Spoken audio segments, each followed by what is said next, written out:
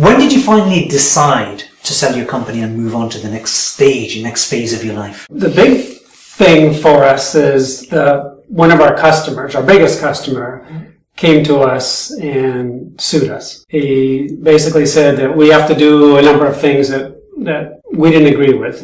Whether they're right or wrong is immaterial, but we didn't agree with doing that. We were pushed to a point where we decided no, enough was enough. So he came back to us and decided to sue us. He was our biggest customer, so all of a sudden he was going to leave us, and we didn't have the funding for the 20-something employees that we had. With hindsight, what would you have done had you known this was going to happen? If you could do it all over again? Nothing.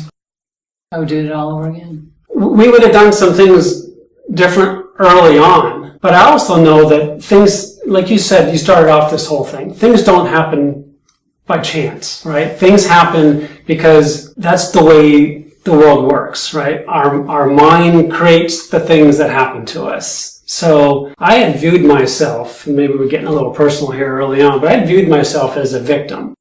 And I had this customer that came in and was very good at letting me become that victim and living that out.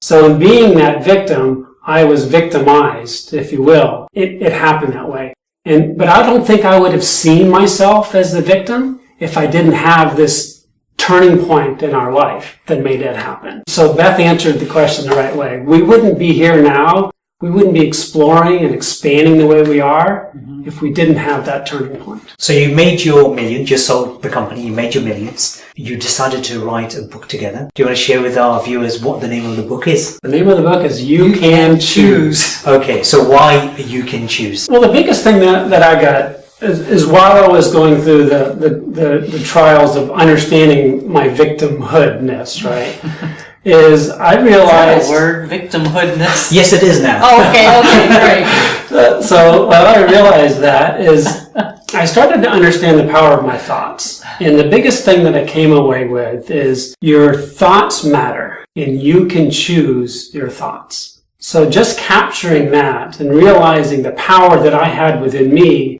and it all starts with my thoughts and my choice. So I really wanted to capture, not just in this book, but in everything that we're doing going forward, the idea that you can choose. I chose, and I'm now a completely different person than I was 2 years ago.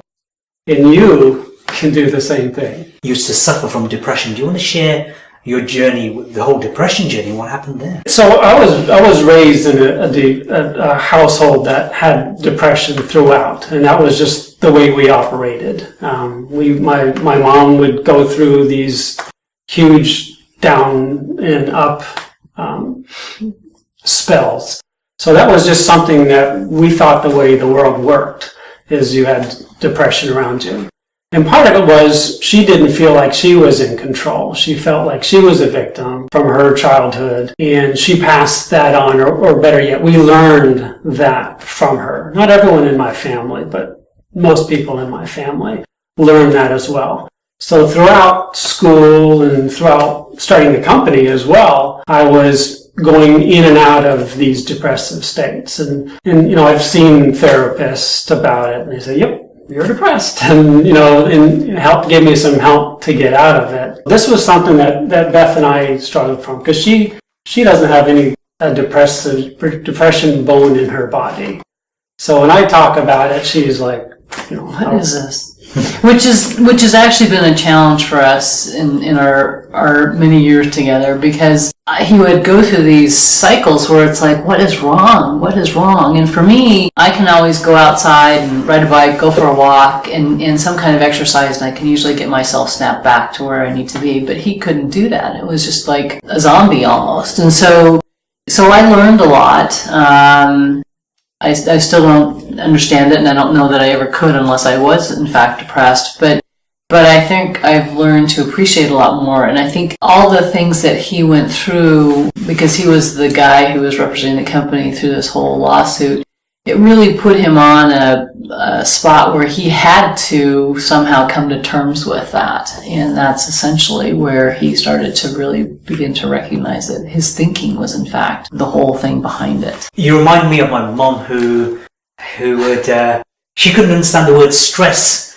So growing up, I'd say, I'm stressed. What do you mean stress? What stress? And she does not understand the concept of stress. So my guidance advice to you would be don't try to understand depression. You know, you're in a good space. Okay. You don't want to go there. No. As men, we're not very good at expressing our emotions. We end up bottling stuff. Boys don't cry, let alone men, etc. What got you to speak out or even turn to anybody as a man that you're suffering from depression? Well, I knew I was broken. I knew that I wasn't able to conduct myself when I was in that state, right? So I did a bunch of reading, talked to people, but You did a lot of talking too. But until you I came to terms with it. And I'm not saying that what worked for me is going to work for everybody, right?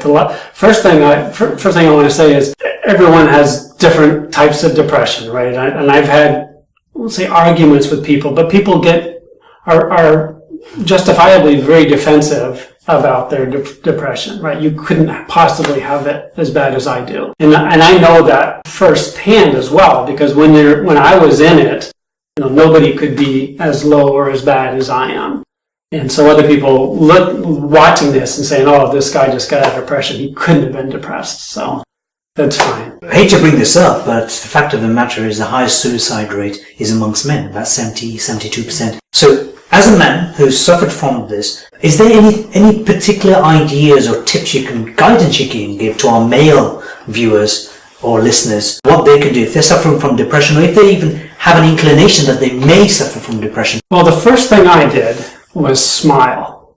Literally. I remember very specifically when I would take a shower in the morning and I was feeling that feeling that I had, is I would literally just smile. And doing that for somehow it just kind of highlighted parts of me and allowed a little bit of light to come into me. For me, it was all about smiling. You've heard fake it till you make it. And that's essentially what I did to start with, is I was just smiling. And it made a bit of a change.